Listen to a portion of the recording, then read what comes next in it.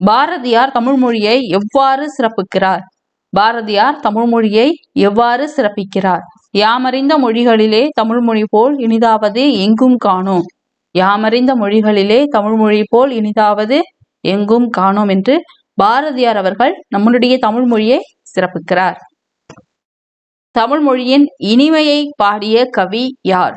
தமிழ் மொழியினுடைய இனிமையை பாடிய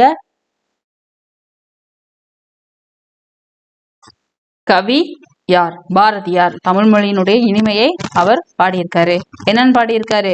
யாமறிந்த மொழிகளிலே தமிழ் மொழி போல் இனிதாவது எங்கும் காணோம். அதுக்கு அர்த்தம் என்னன்னா, அவர் தெரிஞ்சுக்கிட்ட மொழிகளிலே தமிழ் மொழி மாதிரி இனிமையான ஒரு மொழி அவர் பார்த்ததே இல்லைங்கிறது தான். ஓகேவா? அப்ப இனிமையை தான் அவர் அந்த பாடல்கள்ல சொல்லியிருப்பார். ஓகே,